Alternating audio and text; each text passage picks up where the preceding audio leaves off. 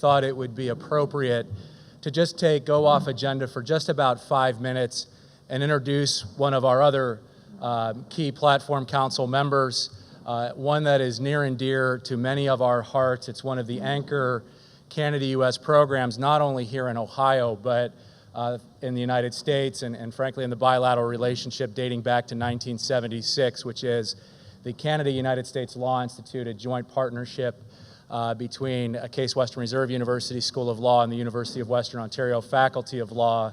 It's also the place in which I was raised at Cooley.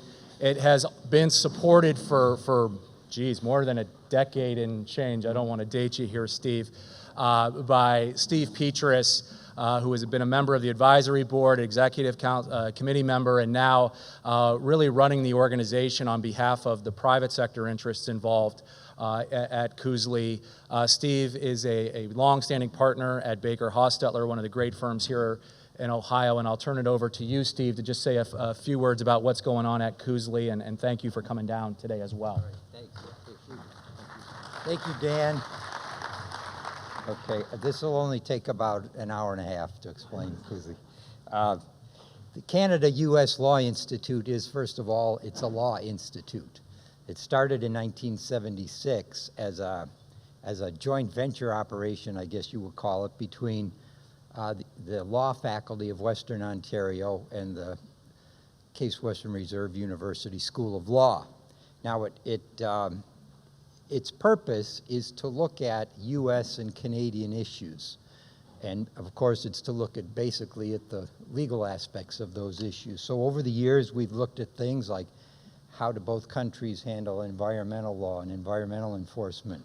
How do both countries handle criminal law, criminal enforcement?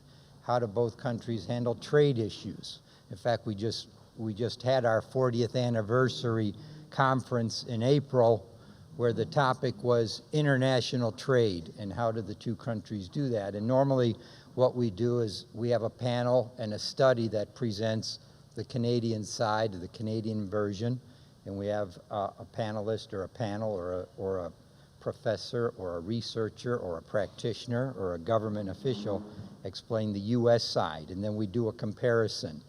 And that's the basic operation. That's expanded now into what are called experts meetings, which we've held in Toronto and Washington.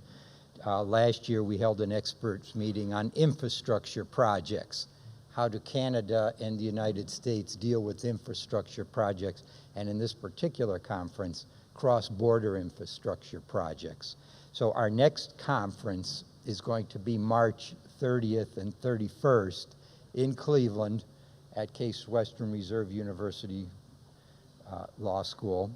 The topic, it hasn't been carved in stone, but it did pass the first executive committee review, is going to be about financial integrity and financial ethics. So it's going to look at things like financial accounting standards. It's going to look at things like financial reporting, also money laundering, investigations, foreign corrupt practices, how these issues are looked at from the Canadian side and the U.S. side.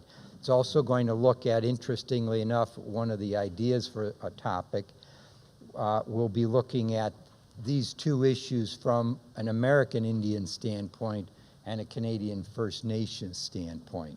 Because interestingly enough, there's a lot of intense issue and scrutiny now about financial issues in terms of Native Americans and tribes and First Nations.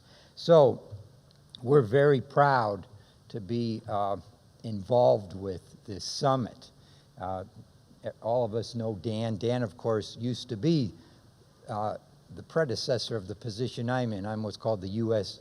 National Director of the Canada-U.S. Law Institute. Dan held this position, so I'm kind of his replacement, I guess you would say. But anyway, we're very happy to be a supporter of this event, and we appreciate all of you coming and participating. Thank you.